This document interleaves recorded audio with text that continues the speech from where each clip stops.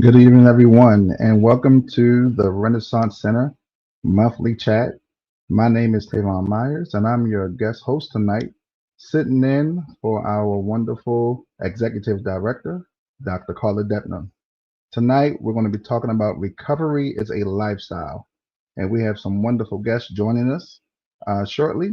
But for those of you who are watching us via YouTube and or Facebook at any given time during our conversation, please feel free to put questions in the chat, and someone will read them off to us, and we'll provide some answers and some resources that's necessary. So again, welcome to the Renaissance Chat, and we're ready to get started.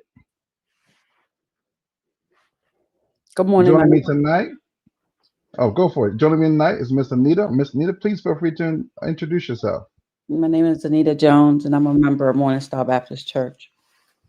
All right. Thanks for joining us tonight. And of course, we're here to talk about recovery as a lifestyle. So let's get started. So one of the questions I have for you, Miss Anita, is what are some of the triggers that can potentially derail a person on their recovery journey? The most important one, oftentimes people overlook is stress. People don't really think stress is an issue in regards to their recovery, but that's one of them, just one of them. And also, new relationships, a new job that brings on those types of stresses, revisiting different places where you've come from, where you know that there's issues that you've had that is, you've had that issue in recovery, people, places, certain places where you know that, it's going to trigger some of these things. But more than most, like I said, stress can do it. Absolutely.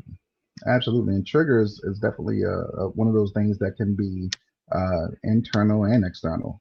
So you just Absolutely. never know, right?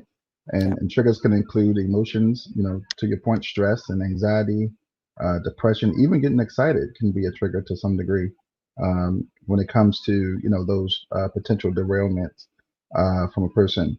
So when thinking about that, what do you think are some resources that are available to help individuals in recovery care for their overall health and well-being? Well, there's so many free resources out there now that's available. So no one can say, I can't find any resources because there's plenty out there. Mhm.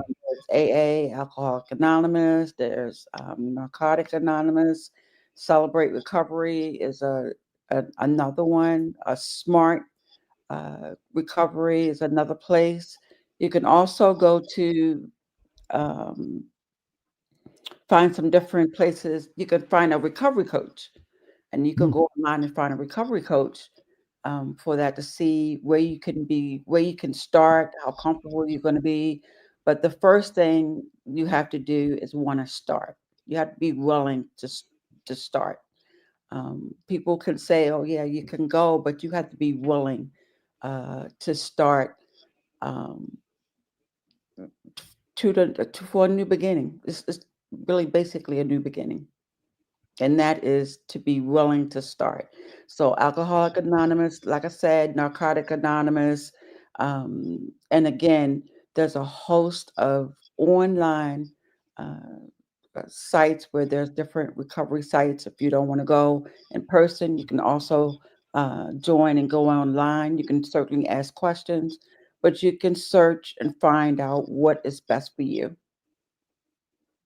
absolutely. And in addition to that, we can also think about, their mental health hotlines as well, such Mhm. as the National Suicide Prevention Hotline, which offers immediate assistance if someone is on the verge of suicide, and this is Suicide Prevention Month and Awareness Month rather in September. So we want to make sure that we're saying that, and of course you have local health clinics and often provide free or low cost services, including counseling and some medical care if necessary. Right. We know there are many resources out there that provide educational materials, workshops, wellness programs that will support the overall health of an individual. So please check into that and to Miss Anita's point is that yes, you have to want the support, and the support is definitely there, ready and available to you.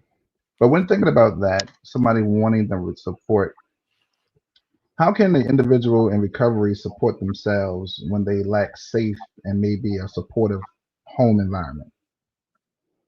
Well,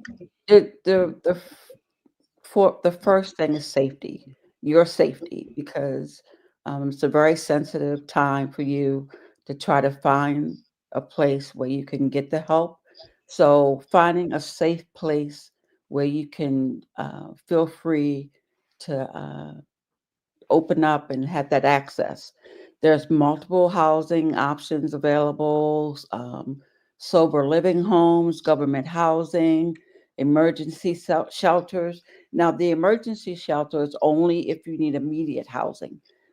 So they do have housing, they have rehab houses in different areas of your neighborhood or your community.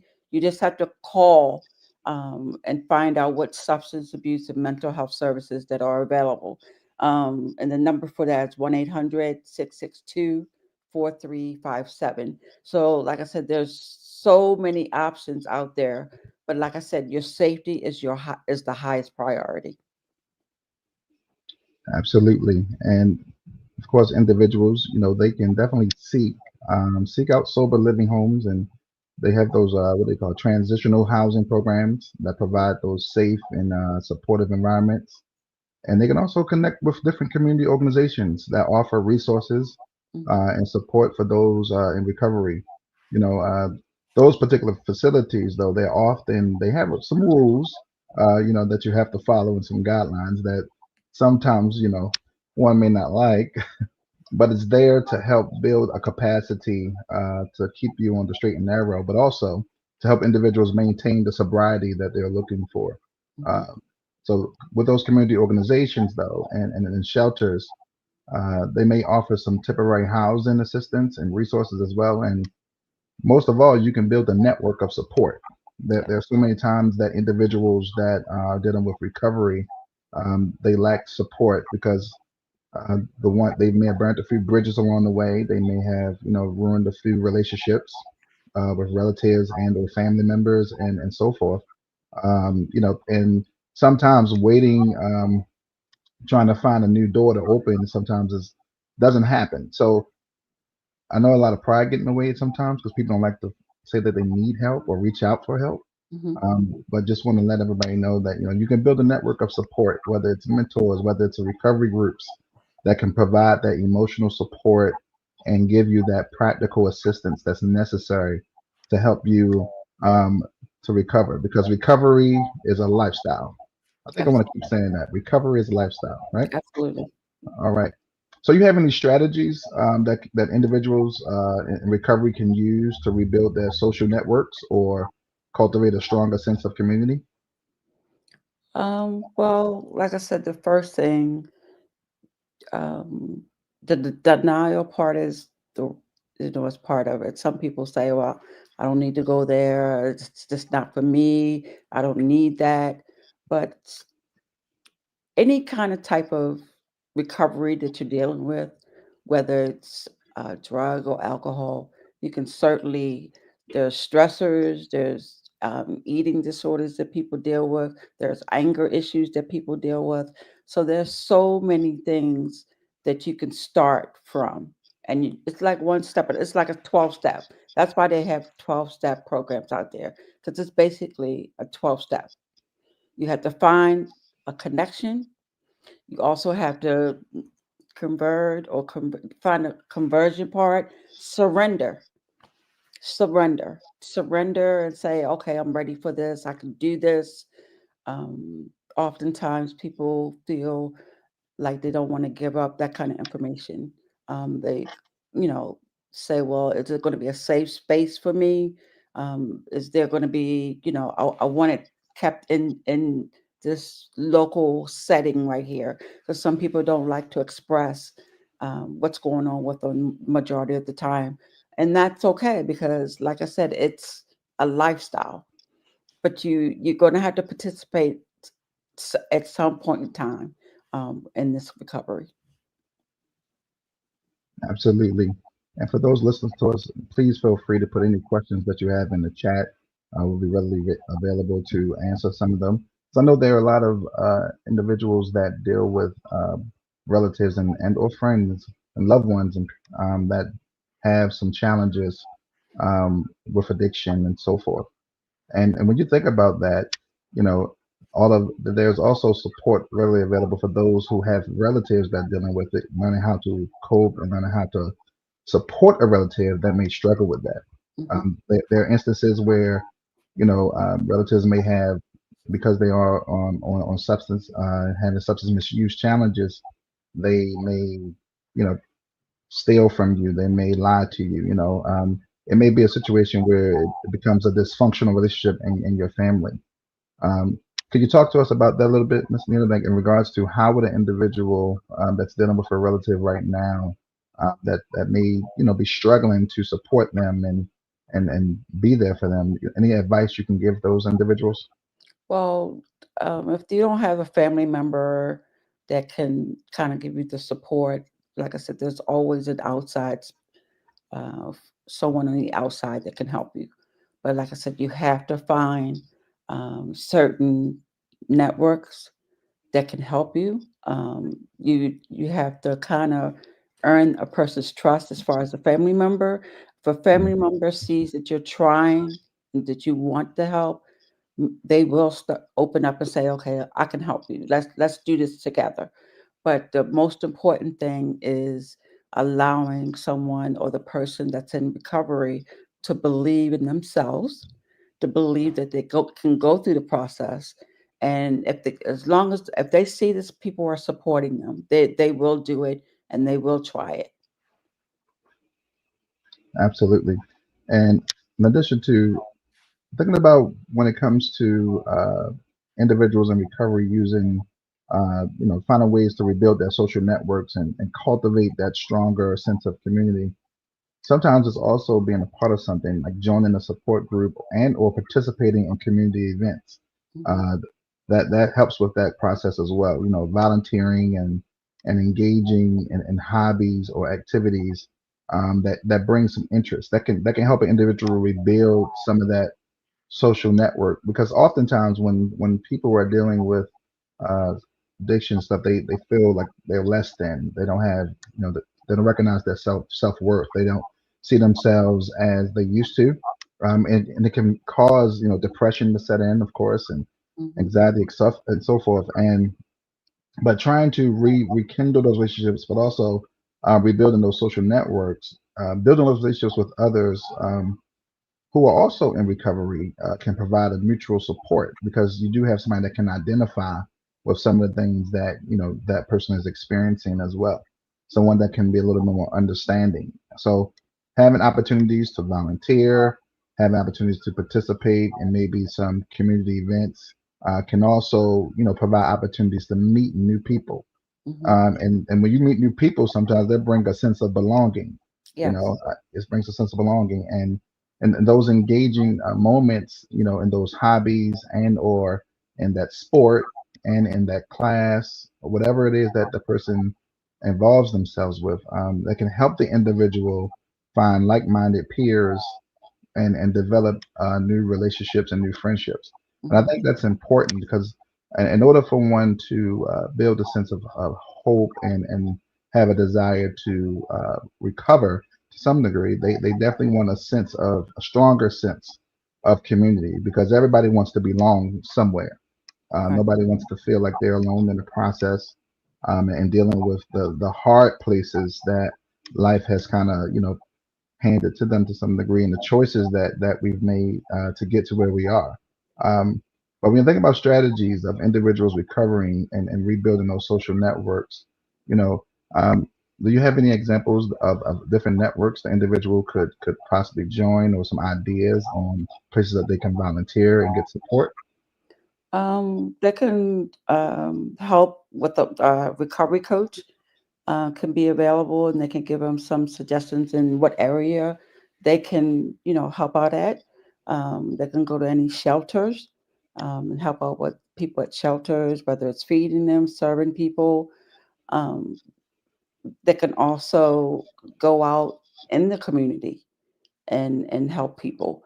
But the most important thing is allowing them to feel their self-worth, they're worthy, and that they're somebody, and they also um, feel good on the inside when they help others. When they see that they can help others, they start to feel good, and they'll think about, hey, maybe, I do have purpose. So Hmm. maybe, I can get myself, to a point where I can get this recovery and allow it to be a lifestyle because I'm helping others, and it feels good when you help others. It sparks something within you when you can Hmm. help someone else because then somebody else is appreciating what you do. So again, it trickles down. So when they feel good, you helping someone, they can say, "Oh, I can do this." Like I said, it's a sense of belonging, and for them, for people in general, it's a sense of belonging. Absolutely. It made me think about what we just talked about a few minutes ago in regards to the supportive home environments, Hmm. right? Having those home environments and building that community around you definitely will increase that belonging feel because you have so many different avenues and individuals that you can rely on and that will support an individual while they are going through transition. And I think sometimes when individuals are dealing with um, recovering from addiction and dealing with trauma and dealing with just their present day life, the day to day ins and out, I think sometimes we're gonna recognize that they're trying to heal simultaneously in different areas. Because it's one thing to get the support that you need to help break the addiction, but now you need also, some support with the emotional impact that it's had on you, the Hmm. mental impact that it's had, and the physical. So it's happening all simultaneously. And I think sometimes uh, when individuals are dealing with things, they don't think people understand that because you may see them going to the AA program or the NA program, and you think, okay, they're doing good, but then sometimes they go through relapse, and relapse, you built this trust, you built this community, but somewhere online something triggered, right? And wasn't a good day for you. You made some mistakes, or you slipped back into something. Hmm. Um, can you talk to us about how can a person that may be right there on the edge of relapsing or has relapsed? What support and advice could you offer them at this time? Again, you have to allow them to know that they're important. Um, uh, you have to allow them to know that they can, like I said, they can go through it. They have to basically they have to accept where they are right now. Oftentimes, a lot of people don't accept where they are right now, and they feel not worthy enough to go through the program, or this is not going to work for me. But they have to feel that sense of belonging again. They have to have that sense of belonging in order to go through um, the, so they won't have setbacks. They will have setbacks. Anybody that has any kind of addiction or any issue, whether it's an addiction or not, will have some setbacks. But the most important thing is that you dust yourself off. Let's and get back on. Let's try this again. Don't give up. There's always someone out there that can help you. Like I said, there's so many support groups that are out there that are willing to help you. Um, the main thing is motivation. Help them with motivation. They help them with the motivation and the reassurance when they're going through the program, so they won't relapse again. So motivation is key, and also the reassurance to say, "I have confidence in you that you can do this, or you can, go through the programs one day at a time, one step at a time. Don't try to overwhelm yourself and try to have because sometimes." People that go through the programs, they have these large goals that they set for themselves, and then they get disappointed because they didn't fulfill the goal that they had. So, short term goals, you can complete them, go to the next one. If you feel you can do another one, go to the next one. Short term goals is always important. You're getting something done. You're saying that, I can do this. Also finding an accountability partner every now and then to talk to, that's most important in regards to recovery. Having someone there with you that you can count on when you're down, even if it's just someone to talk to, if you want someone to pray for you, your mere presence. They just probably want your presence. You don't really have to say anything. Let them talk. Let them allow them to talk it through so they can see what they need. Absolutely. You said a mouthful there. Absolutely. Listen, having someone just to listen and not say anything in return is such a therapeutic, a moment. And I think it allows an individual to really process information. And sometimes doing that, a person is allowed to have that space of psychological safety, and they're able to share things without the fear of what they shared being weaponized and used against them later on. Um, Absolutely. I think that's so critical because oftentimes, there are individuals who may have had that opportunity to share, Hmm. and they had a trusted source. But if the person, did something, or it was some type of rift in the relationship, Hmm. those conversations were thrown in their face again, or it came back up, and which can be a trigger, right? Absolutely. Because it's like, man, I thought I had somebody I could trust, and now this happened, and so now we're back at square one. And so that's so key to make sure that, if we're going to be there for people, that we're actually going to be present with them in the moments. Absolutely. Because as you said earlier, it's a 12 step. Hmm. So if the individual trying to recover has to take 12 steps, then the supporting cast has to do more than just one step as well. Because Absolutely. it's a together thing. It's something that the individual needs to walk through the process. And it's always good to have somebody that you can depend on and rely on to help you to recover.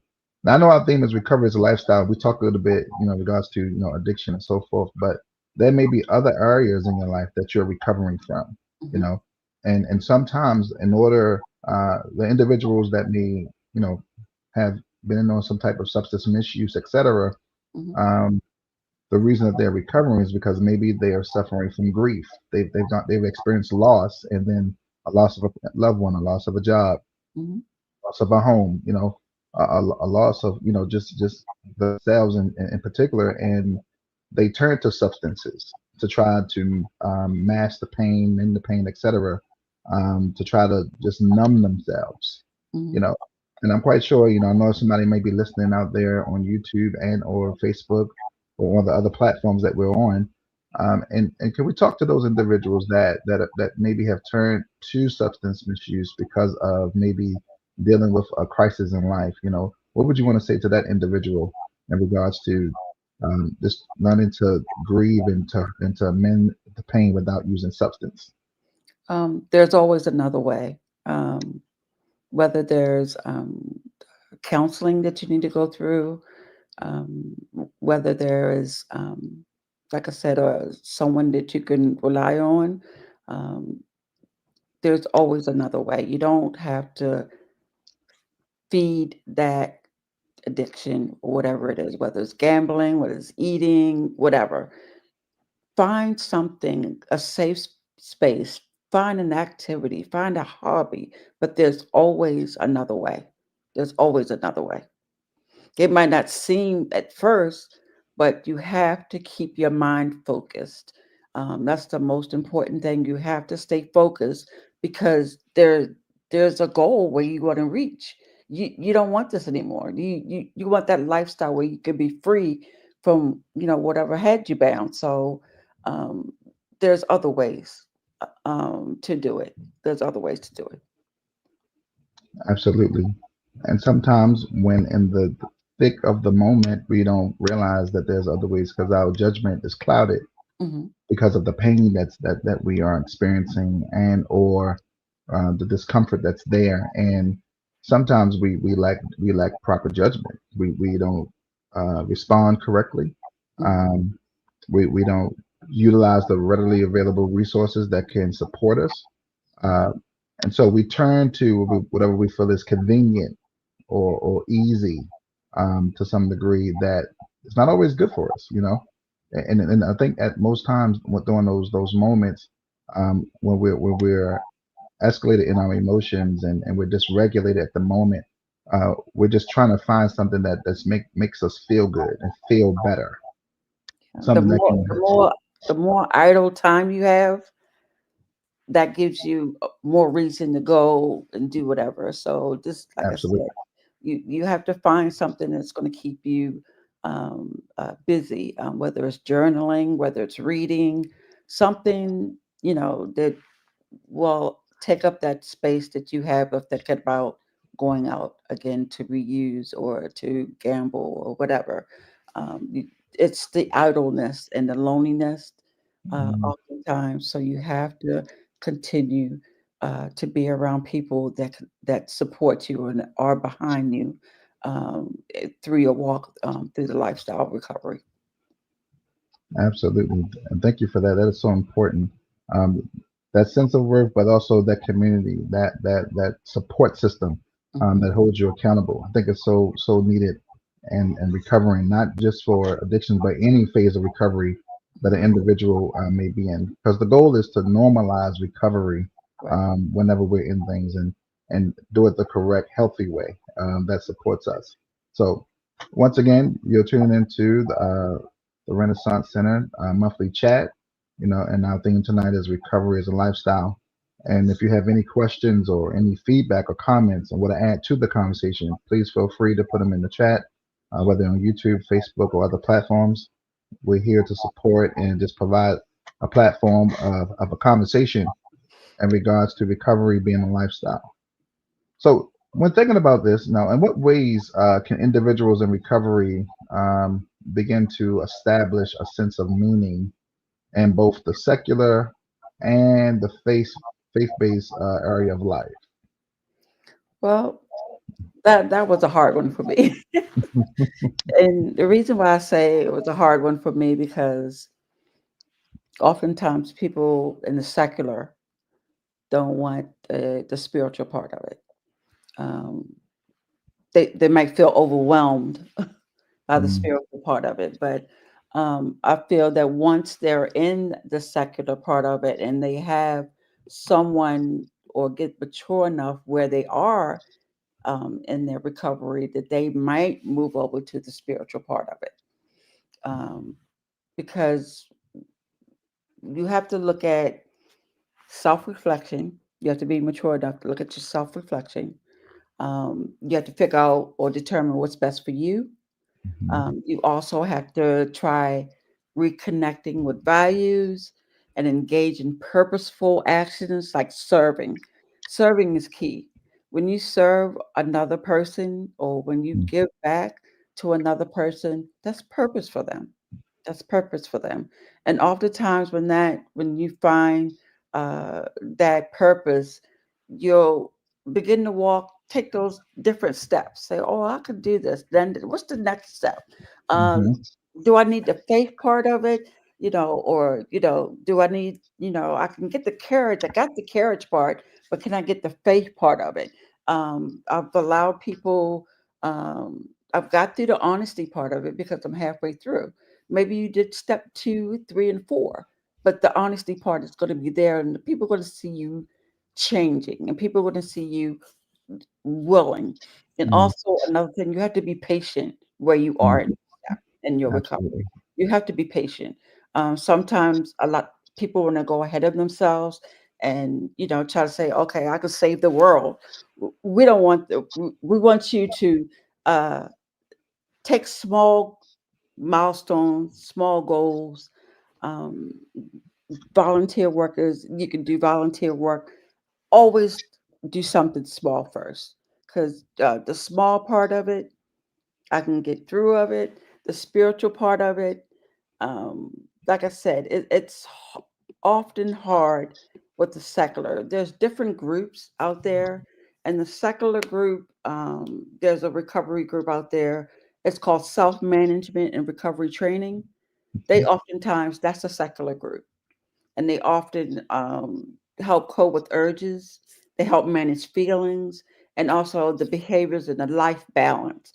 Because sometimes you're not getting enough sleep. Sometimes you're not getting a good meal or anything healthy. You got to feed the mind and feed your soul. in regards to recovery, because you have to be at some point where you're getting stronger. So the stronger part of it, you got to make sure you're getting that rest. 8 hours a day, if you need 8 hours, get your 8 hours worth of rest. Hmm. Um, Eating healthy, try to go for eating healthy. The more you feed your body with healthy foods, the stronger you're going to get. And then your next step is going to say, okay, maybe I can do the spiritual side of it. Let me just walk in the church. Let me see the spiritual side of it. Let's see where I am on the spiritual side. I feel confident enough that I can trust um, walking in there. You're not really looking for nothing, but just walking in to see what the spiritual part of it is. And then there might be something that sparks through the spiritual part of it that is going to allow you to walk on that side. And what the spiritual purpose is, that you will drive positive, healthy actions through the spiritual part of it. And like I said, there's always life after. People don't think there's life after recovery, but there's always life after recovery. Like I said, focusing is the main thing. When you eat healthy, you get plenty of sleep, you can focus. You're more focused with yourself. When you do that, you could start to help others in other areas where, it might not just be um, at the soup kitchen. Maybe you can go in the church and uh, find somebody, a small group that you could talk to with a small group. But you have to find something that has your interests. If it doesn't have your interests, find something else. But there's always a difference. Celebrate Recovery, they work with, it's another recovery group, Celebrate Recovery. They cover the multitude on the spiritual part of it. You get the worship part of it. You get the separated sections of group sessions. Um, they talk about a whole lot of stuff, because the 12 step and Celebrate Recovery is, they handle your hurts, whatever habit you may have, and whatever hang up you have. So if you're struggling and you want to be on the spiritual part of it, they do the Jesus Christ uh, is a lifestyle. For secular, they do a higher being. So there's a Hmm. difference. Higher being, do you want the higher being? That's saying that there's nothing wrong with the higher being. There's nothing wrong with that. It's just certain groups do deal with just that. If you want more than that on the spiritual side that deals with Jesus Christ, our Lord and Savior, that's the spiritual part of it, because you're getting fed. Absolutely. Thank you for that soliloquy. Something you said that stuck out was the word patience. Hmm. Patience. I wish we could have a survey of people right now to say how many people actually have a good skill set of patience. Yeah. Because Yeah. we're in a time where people lack patience, right? Just in the normal, without being addicted or without having to do any type of recovery, it's just patience is that fruit Hmm. of the spirit that's at work Hmm. constantly in us. And a lot of times when we don't have patience or we lack sometimes self-control, it can be a trigger for other individuals. Hmm. Especially if you're being supportive of a person that's trying to recover and you're not giving them the time that they need. We often say that a person didn't, uh, you know, get strung out in one off of just one use. Things didn't change just off of one time. It may have started the cycle, Right. but so the recovery is not going to happen just off of one visit Right. or just one resource. It's the starting point, Hmm. and it takes a lot of patience to walk through that process with an individual. And it takes the individual to have patience with themselves and patience with the process because they want to get back to a sense of what was or a sense of what they may think is normal.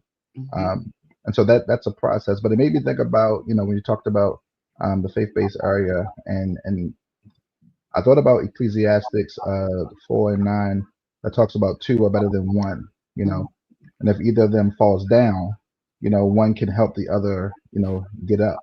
And the Absolutely. reality is that no one is meant to walk alone. Hmm. And counselors and therapists, we're here to help lift each other up. when they are emotionally and spiritually down, uh, Hmm. because you need some support, and therapy is always a good option as well. Absolutely. Um, with that process, and I think too, it's about being there through the mental struggles, Hmm. um, because I want to say this, that anytime that there's a mental crisis and or emotional crisis that an individual has, and I'm going to say this real quick, mental health struggles are not spiritual failures. Correct. Right? Being Absolutely. addictions are not spiritual failures. And the thing the Bible says, many are the affliction of the righteous. But God is able to heal them from them all.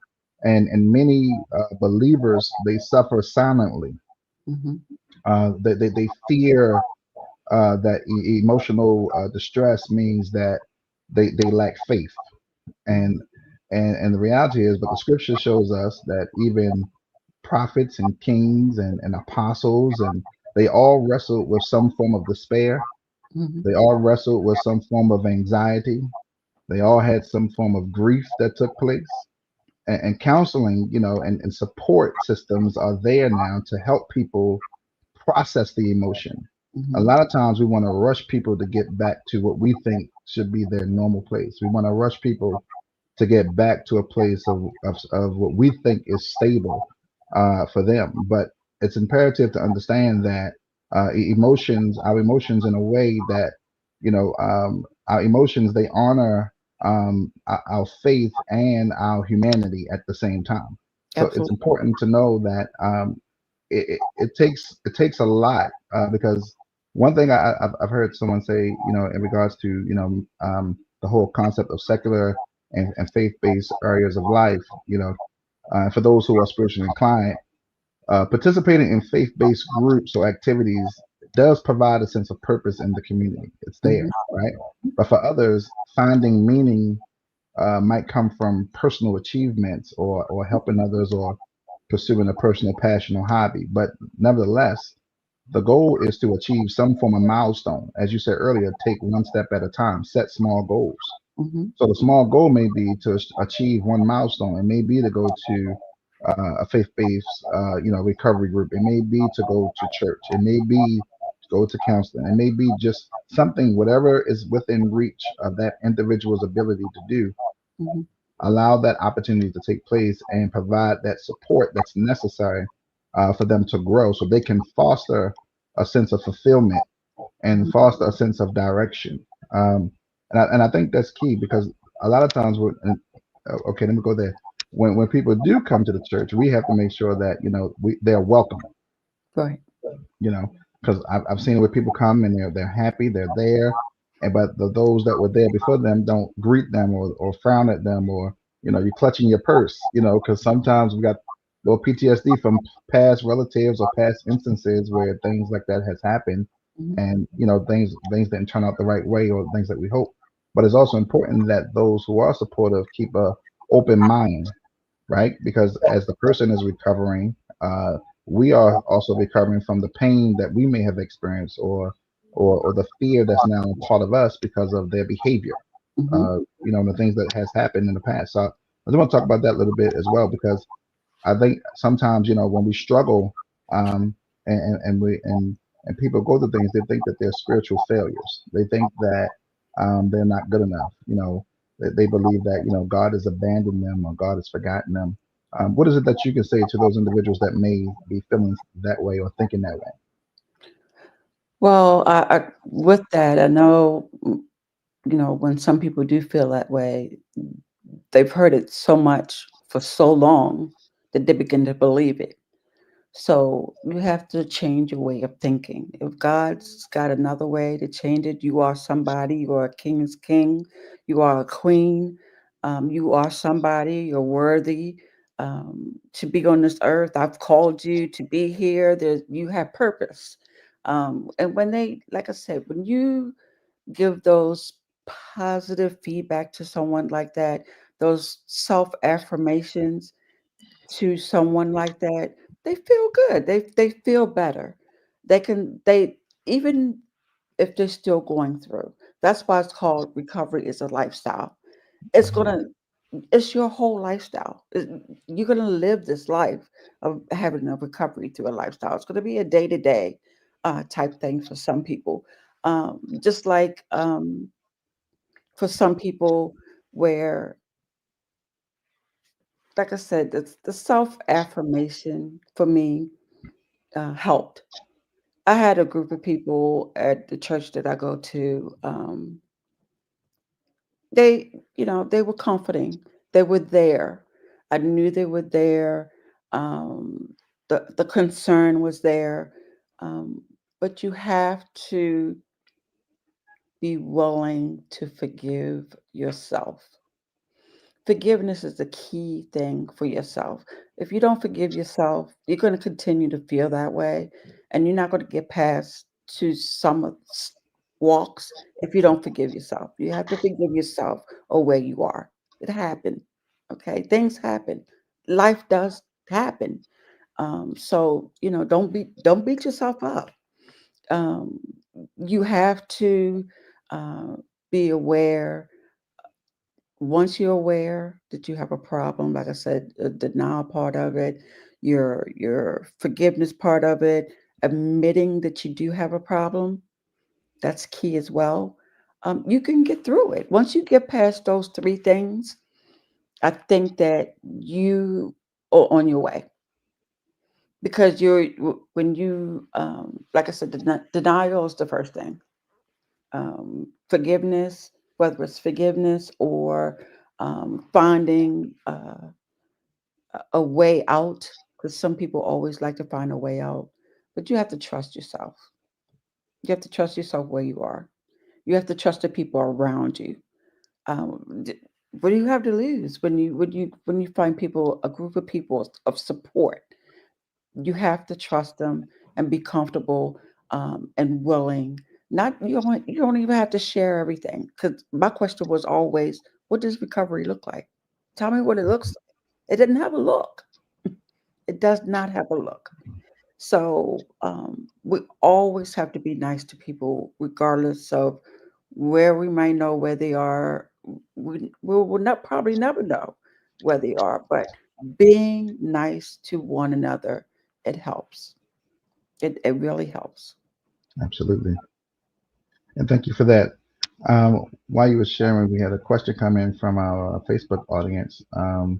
It said, please expound on the differences between staying busy and staying occupied. Staying busy and staying occupied. Okay, occupied um, can be a job, um, journaling, reading a book. Hmm. Staying busy, you can be doing a whole bunch of things and not really staying focused. But the, Hmm. you have to find something that you really like, whether it's Hmm. TV, relaxation, um, uh, whether it's listening to music. Those are some things that are difference between the two. People stay busy and do things and just to be busy. Hmm. Just to say, okay, I got it done, I got it done, I got it done. Well, okay, what's next? But that's the difference for me.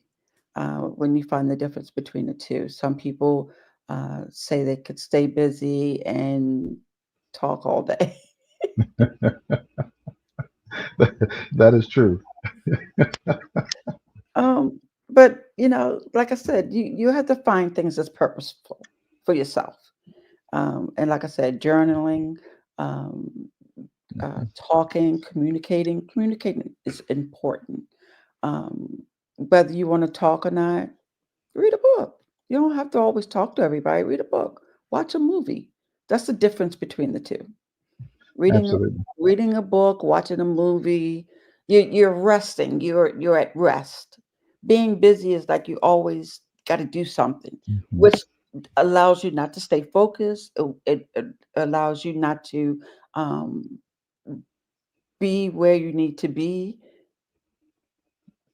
Hmm. as far as allowing yourself to like be calm. Because when you're calm, you're stress free, watching the movie, you don't have no stress watching the movie unless there's something scary or whatever. But that's the difference between the two. You have to find things that relax you, not things that's going to overwhelm you, things that's going to give you stress, things that's going to create anger or uh, you have to be. Where's that peace? You have to be at peace in what you're doing. That's the difference for me. I think between the 2. Oh no, I totally agree. That this busyness just is just randomly doing things. It's not intentional. Hmm. It's just haphazardly doing things just to try to uh, keep your mind off your triggers or just to stay not think about whatever has distracted you. So it's just a matter of trying to be task driven. Of course, when it comes to being occupied, to your point earlier, those are more intentional. Hmm. You're doing things purposeful. Um, and here's the thing too: when you're thinking about staying busy can be a short-term coping tool. Hmm. Is a short-term coping tool that's temporarily, right? But when you're staying occupied, it's more of a long-term strategy for Hmm. transformation. Yes. Uh, and the reality is that as not having something to do, and without something of value to focus on, the challenges of sobriety can feel a little more heavier. Hmm. And so the goal isn't just to fill the time; the goal is to invest it, Yes. and then Absolutely. that's the reality of it. So when it comes to um, you know, being occupied and staying busy and so forth. I was thinking about earlier too, as you were talking. It made me think about the scripture that talks about uh, um, he heals the brokenhearted and binds up their wounds, and Hmm. it made me think about the emotional wounds that has to be required. It needs to be tended to those emotional wounds, and Hmm. sometimes it's because of our emotional wounds that's not being tended to why we may find ourselves being busy versus being occupied. Yeah. Um, and the reality is that emotional wounds they require tending, but just as the spiritual healing, it may involve recovery time. It may involve doctors. It may involve emotional healing, support because often it involves a safe space. It involves counselors. It involves that community, that sense of belonging. So Hmm. it's things like I said earlier. It's going to be simultaneously. You might need more than just one support outlet or one support individual. It's a group effort. It's a Absolutely. community. Hmm. You know, and so when you have that, you can bounce from one thing to another. Hmm. Because sometimes doing the same thing over and over, people get distracted. They get bored.